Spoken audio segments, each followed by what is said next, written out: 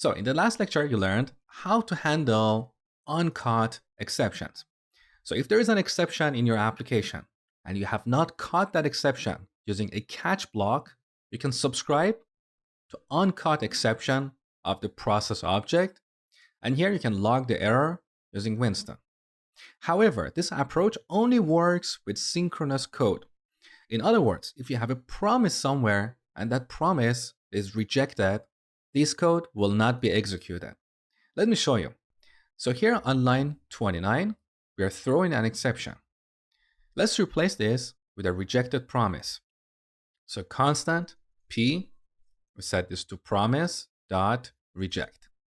Now here we pass an error object and a message like failed miserably. So imagine this promise represents the result of an asynchronous operation like a call to a database or a remote HTTP service and so on. So we have a rejected promise. Now, as I told you before, with promises, we either call then, and then we should call catch to make sure to handle rejections. Or if we're using the async and await syntax, so we await the promise, but we should put this in a try catch block to catch the exceptions or rejections.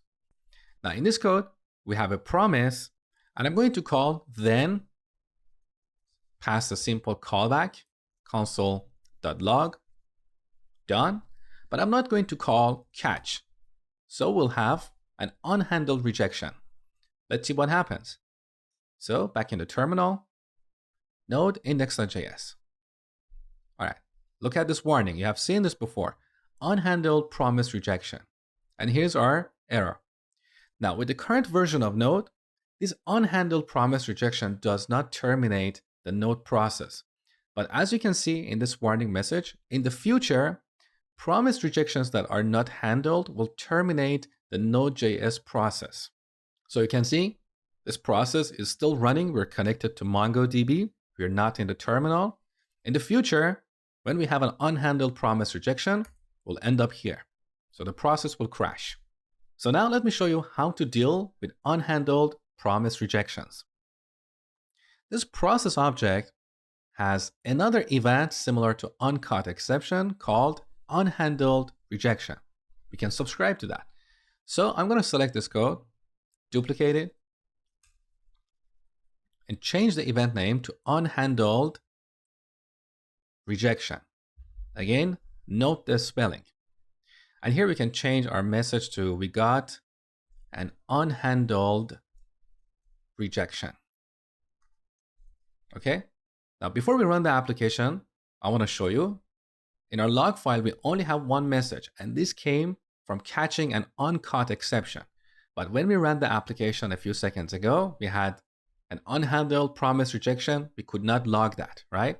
Now, with this new code, when we handle this rejection, we'll log it using Winston. So let's verify this. Back in the terminal, let's run the application again. All right, here's our message. We got an unhandled rejection. And now if you look at the log, look, here is our unhandled promise rejection. Now, one last thing. Whether you're dealing with an uncaught exception or an unhandled rejection, as a best practice, you should terminate the Node process. So you should exit here, because at this point, your process can be in an unclean state. So as a best practice, we should terminate the process and restart it to make sure we start with a clean state. Now, you might ask, if we terminate the process, how are we going to restart it in production? Well, there are tools for that, which we call process managers. And in the future, we're going to look at one of those tools.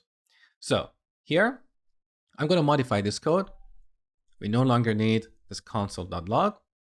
We'll simply log the error using Winston and then exit the process with 1. So as I told you before, 0 means success. Anything but 0 means failure.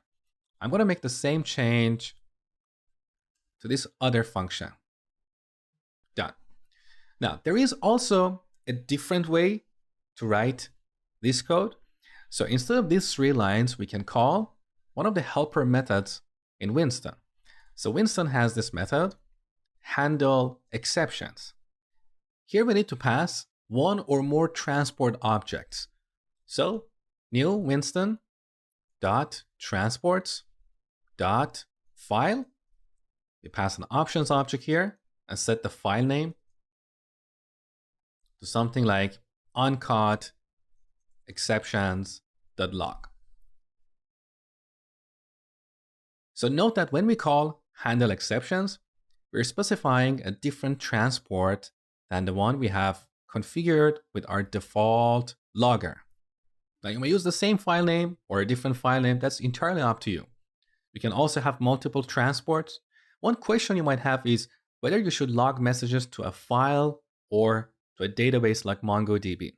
There are different opinions about this, but I personally believe you should use both transports because each transport has strengths and weaknesses. MongoDB or other databases is good for querying data. So if you want to create a client application for querying your log, it's much easier to query the data in MongoDB as opposed to a flat file like this. However, it is possible that your MongoDB server goes down or you cannot connect to it for whatever reason. In that case, it's better to use the file system because file system is always available. So this is handle exceptions. Now, at the time of recording this video, this only works for uncaught exceptions. So if you have unhandled rejections, this method is not going to log those exceptions. But I'm going to show you a trick to make that work. So I personally prefer to use handle exceptions method than manually subscribing to uncaught exception event of the process object. I explained this so you know how this works internally. So let's remove this and just rely on Winston that handle exceptions. Now, when we have an unhandled promise rejection, instead of this code, we can simply throw this exception, and here we'll have an unhandled exception. So Winston would automatically catch that, log it in our file, and then terminate the process.